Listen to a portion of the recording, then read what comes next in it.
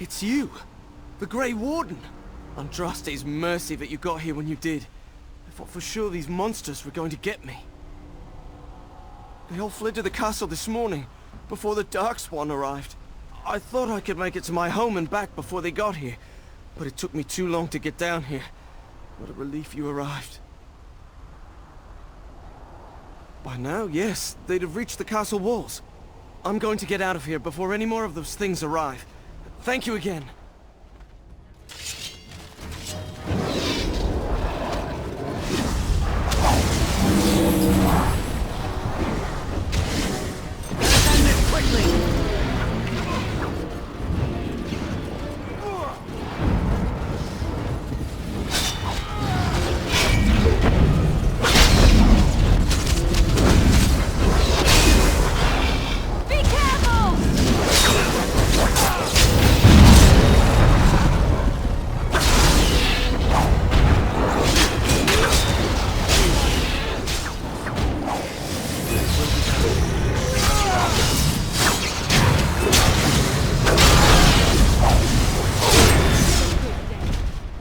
My lord, you're here.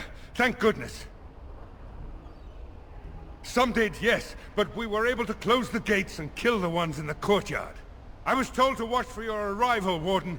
Your comrade Riordan arrived just ahead of the Darkspawn attack. He has urgent news for you. I don't rightly know. Things happened so fast, I only know he was scouting in the south before he arrived. I should take you to the hall right away, my lord. They'll be waiting for you there. It's a relief to see you unharmed. And you as well, Alistair. Or should I say your majesty? No, I wouldn't say that. Not yet, anyway. The Darkspawn that attacked Redcliffe were relatively few in number, I'm afraid. It was assumed the Horde was marching in this direction, but that is not true. Riordan tells us that the bulk of the Horde is in fact heading towards Denerim. They are perhaps 2 days away from the capital. What? Are we sure about that? I mean, if that's true... I ventured close enough to listen in, as it were. I am quite certain. The Darkspawn line is wide, and many of them roam away from the main Horde. Until now, most of them have been spotted here in the west. Not to mention that we've been too busy killing each other to pay much attention to some silly old Darkspawn horde. There is, I'm afraid, one other piece of news that is of even greater concern. The Archdemon has shown itself. The dragon is at the head of the Horde. Make her preserve us. But we can't reach Denerim within 2 days, can we? It's too far. We must begin a forced march to the capital immediately with what we have. Denerim must be defended at all costs. And only the Grey Wardens can defeat the Archdemon. That is why we must go. Then we march, and hope the army we've collected here gives us the chance we need. Al-Eamon, how long before the army can set out? By daybreak. Then let's get them ready. I won't let all those people die without giving them a chance.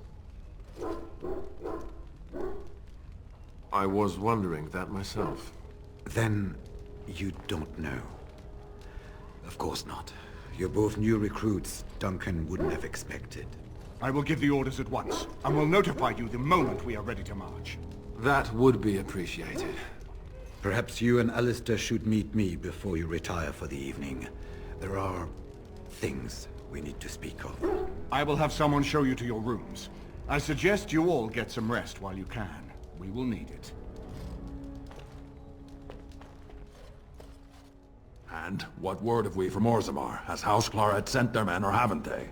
They're stalling, which is as good as a no. House Clorette's feud with House Romald has flared up again since their son died in that Deep Roads business. So naturally they're pleading the need for self-defense. Fine time to start with that nonsense again. I've half a mind to... Evening to you, Grey Warden. I didn't realize you were still up and about. Nothing that can be dealt with now, I'm afraid. Just one of the houses being thicker than the stone that made them. Once all of this blight business is done, there will be a reckoning in the Assembly. They're probably half hoping we'll all wind up dead. That way they'll have one of the strongest forces left in Orzammar. Enough to face the Darkspawn all on their own, I suppose? That's exactly the kind of half-arsed thinking that got us into the mess after Endron passed. It was our good fortune that you decided to go to Orzammar when you did, Grey Warden. For all that a surfacer needed our help, I expect we needed yours more. Resting? Who can rest after the march we had just getting here? You tall races have it so easy. That and we're kept up thinking about the coming battle. Are things truly that desperate? Do we stand a chance of losing? I hope you're right. Under the open sky is a terrible place to consider dying, that's for sure. Right. Off to camp with both of you, and keep the drunkenness to a minimum. We have a long way to go yet. Pleasant evening to you, Grey Warden, and good fortune on the field of battle. Your wish? Whatever you'd like to ask. Yes, I suppose it is time. You have been a good friend to me after all. There is no reason to be silent. There is a reason I accepted this mission in Ferelden, far away from home, and it had nothing to do with any thought that I might leave the Crows. Meeting you, after all, was quite an accident. My last mission before this one did not end well. I do not know. A little of both, perhaps. You must realize that until that day I was cocky and arrogant. I was the best crow in Antiva, I believed, and I bragged of my conquests often, both as an assassin and lover. Indeed. I was often told I was insufferable, right before I ended up in bed with someone. Such is how it was. One of the Crow Masters grew tired of my boasting. My bid for an incredibly difficult mark was accepted, much to my surprise. A wealthy merchant with many guards and completely silent. Taliesin agreed to be part of my team, as well as an elven lass named Rina. She was a marvel, tough, smooth, wicked, eyes that gleamed like justice. Everything I thought I desired. Rina was special. I had closed off my heart, I thought, but she touched something within me. It frightened me. When Taliesin revealed to me that Rina had accepted a bribe from the merchant, told him of our plan, I readily agreed that she needed to pay the price and allowed Taliesin to kill her. Rina begged me not to. On her knees, with tears in her eyes, she told me that she loved me and had not betrayed us. I laughed in her face and said that even if it were true, I didn't care.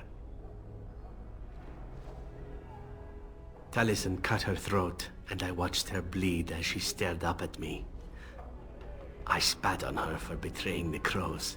When Taliesin and I finally assassinated the merchant, we found the true source of his information. Rina had not betrayed us, after all. Of course not. I didn't care to know. I wanted to tell the Crows what we had done, our mistake. Taliesin convinced me not to. He said it would be a foolish waste. So we reported that Rina had died in the attempt. We needn't have bothered. The Crows knew what we had done. The master who disliked me told me so to my face. He said the Crows knew, and they didn't care. And one day, my turn would come. I felt empty. I felt as if I was nothing. I felt as if she had been nothing. You once asked why I wanted to leave the Crows. In truth, what I wanted was to die. What better way than to throw myself at one of the fabled Grey Wardens? And then, this happened, and here I am. You have been a friend to me, far more than I deserved. Whatever it is I sought by leaving Antiva, I think I have found it. I owe you a great deal. Let us return to your mission, shall we? Suddenly, I do not feel like standing about.